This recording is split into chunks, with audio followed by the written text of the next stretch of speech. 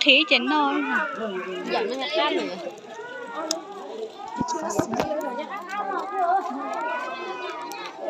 Nhiều lầu cá, nhiều lầu cá. Nhiều cái ghế nó tha.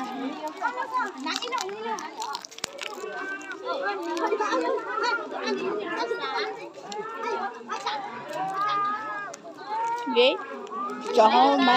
Cho hôm mấy dân sẽ cắt thí lấy.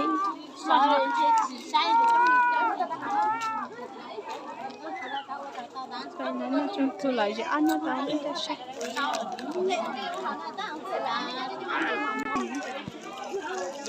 Chỗ này lên liền. Rồi đó còn ta chỉ mà chúng ta hành điên quá là chỗ là liếc không. Nên nó một cái nó giật này cơ. Tính cây rồi nhỉ? Tính cái giống giật này thì còn nó nhả nè.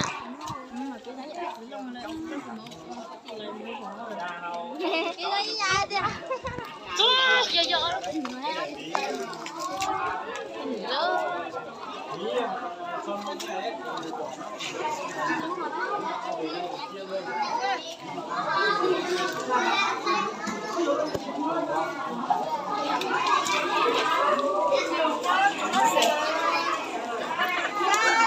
Ăn kẹo chung cua.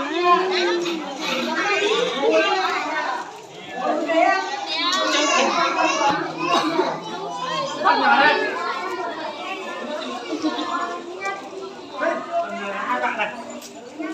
Hai bạn này.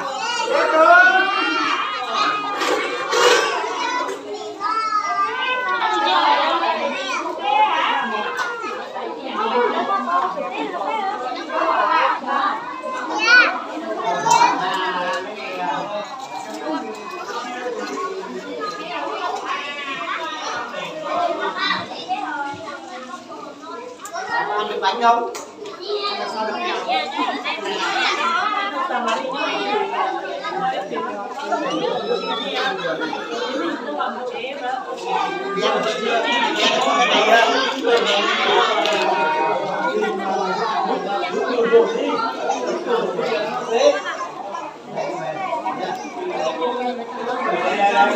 Đúng rồi.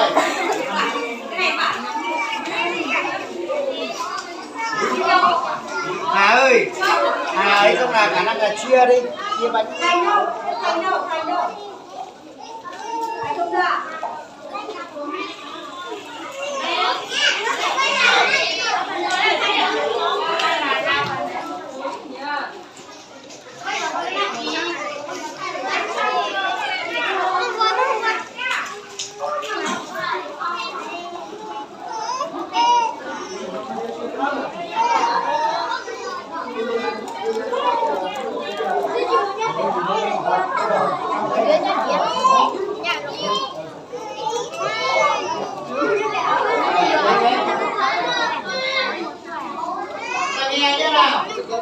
Ra này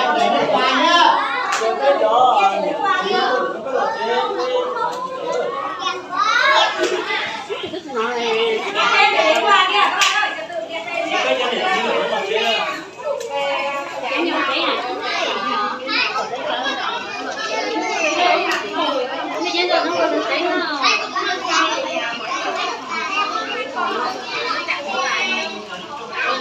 Chỉ cái nào?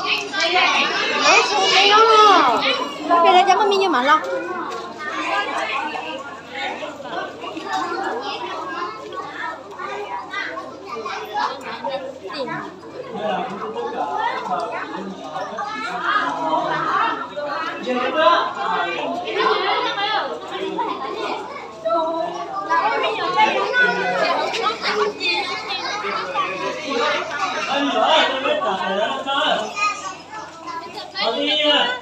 Hai cái cho đi nhỏ.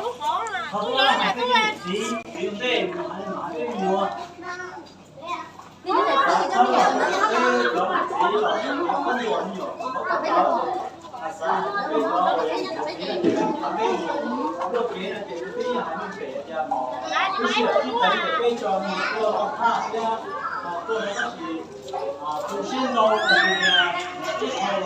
Cái gì cũng bảo cái luôn rồi. Cái này nữa lại còn đây không?